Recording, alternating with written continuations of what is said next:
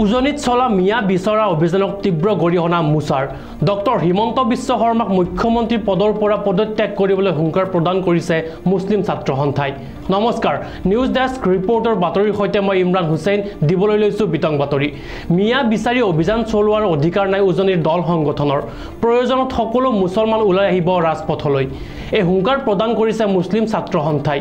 খাটি খোৱা সাধাৰণ শ্ৰমিকসকলক দল সংগঠনসমূহে যি অন্যায় অত্যাচাৰ কৰিছে এই অধিকাৰ কোনে দিলে বুলি প্ৰশ্ন কৰিছে মুছলিম ছাত্ৰ সন্থাই। এই মানুহখিনিয়ে এখন জিলাৰ পৰা আন এখন জিলালৈ গৈ ব্যৱসায় বাণিজ্য কৰি খাই আছে আৰু এই মানুহখিনিক অন্যায় অত্যাচাৰ কৰি খেদি পঠিয়াইছে। কিছুমান দল সংগঠনে অসমখনক উচ্ছৃংখল পৰিস্থিতিৰ সৃষ্টি কৰিছে। অসমৰ মুখ্যমন্ত্ৰীয়ে এই সন্দৰ্ভত জবাব দিয়ক। মুখ্যমন্ত্ৰী ব্যৰ্থ হৈছে। যদি এই মানুহখিনি বাংলাদেশী তেন্তে ইমান দিনে মুখ্যমন্ত্ৰীয়ে কিয় খেদি পঠিওৱা নাছিল বুলি প্ৰশ্ন মুছলিম ছাত্ৰ সন্থাৰ। এই মানুহখিনিক যদি আপুনি ৰক্ষণাবেক্ষণ দিব নোৱাৰে তেন্তে আপুনি মুখ্যমন্ত্ৰী পদৰ পৰা পদত্যাগ কৰক বুলি হুংকাৰ প্ৰদান মুছলিম ছাত্ৰ সন্থাৰ। মুছলিম ছাত্ৰ সন্থাৰ সেই মন্তব্য আপোনালোকৰ বাবে আগবঢ়াইছোঁ। আজি উজনি অসমত মিয়া খেদা নামত যি অন্যায় আৰু অত্যাচাৰ কৰি আছে তাক আমি মুছলিম ছাত্ৰ সন্থাই তীব্ৰ ভাষাৰে গৰিহণা দিছোঁ। আজি চাওক, এই খাটি খোৱা সাধাৰণ শ্ৰমিকসকলক যি অন্যায় আৰু অত্যাচাৰ কৰিছে ইয়াৰ অধিকাৰ কোনে দিলে? এই বিশেষ দল সংগঠনবোৰক। আমাৰ স্পষ্ট কথা, এই মানুহখিনি আচলতে কোন?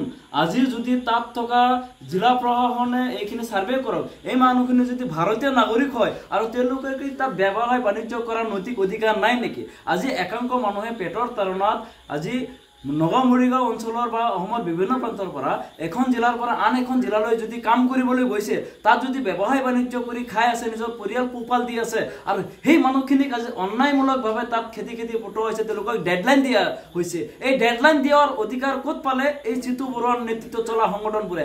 আজি কিছুমান দল সংগঠন নেতৃত্বই অসমখনক উচ্ছৃংখল পৰিস্থিতিৰ সৃষ্টি কৰিব বিচাৰিছে নেকি? আজি অসমৰ গৃহ বিভাগৰ দায়িত্বত থকা মুখ্যমন্ত্ৰী মহোদয়, আপুনি জবাব দিয়ক। এই মানুহখিনিৰ ওপৰত যেন অত্যাচাৰ কৰিছে, অন্যায় কৰিছে, তাৰ কাৰণে আপোনাৰ গৃহ বিভাগৰ দায়িত্বত থকা মুখ্যমন্ত্ৰী আপুনি সম্পূৰ্ণভাৱে ব্যৰ্থ হৈছে।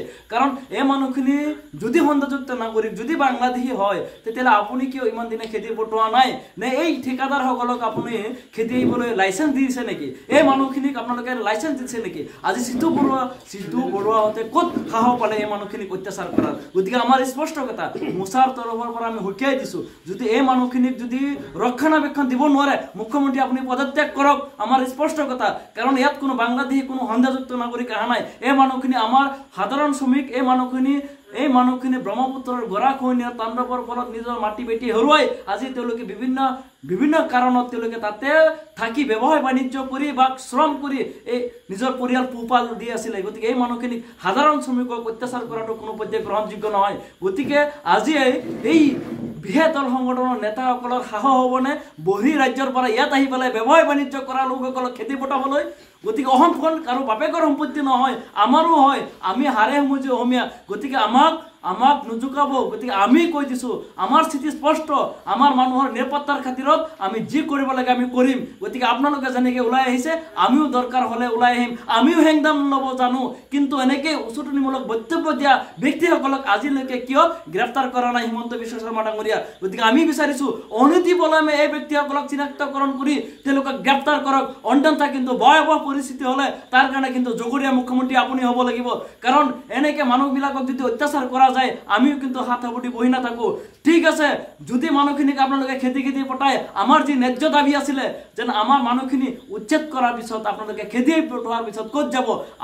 আমাৰ যি ন্যায্য দাবী, আমাৰ এই মুছলমানৰ নিৰাপত্তাৰ স্বাৰ্থত আমাক মুছলিম সাহিত্য পৰিষদ দিয়ক। আমি নিৰ্দিষ্ট এটা সীমাৰ ভিতৰত আমি থাকিব বিচাৰিছোঁ। আমি শান্তিৰ অসম বিচাৰিছোঁ। আমি ইয়াত শান্তিত থাকিব বিচাৰিছোঁ। কাৰণ শংকৰ ৰাজনৰ দেহত আপোনালোকে যি উদ্ভণ্ডালি আৰম্ভ কৰিছে সেয়া কিন্তু কোনো পৰ্যায়ে গ্ৰহণযোগ্য নহয়। গতিকে এখন বিভেদকামী ৰাষ্ট্ৰ, এখন বিভেদকামী দেশ পৰিচালনা কৰাৰ কাৰণে কিন্তু এনেকুৱা অপশক্তি কোনো পৰ্যায়ে গ্ৰহণ নকৰে মুছাই। গতিকে আমি সকীয়াই দিছোঁ, আমাৰ যি দাবী পালন কৰক। অন্যথা আমাৰ মানুহৰ যি ওপৰত যি অত্যাচাৰ কৰি আছে তাৰ বিৰুদ্ধে কিন্তু আমিও কিন্তু ওলাই আহিবলৈ প্ৰস্তুত।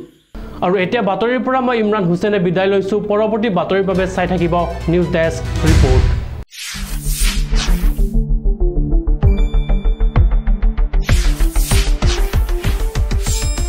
শুদ্ধ আৰু বিস্তৃত বাতৰিৰ বাবে চাই থাকক নিউজ ডেস্ক ৰিপৰ্ট।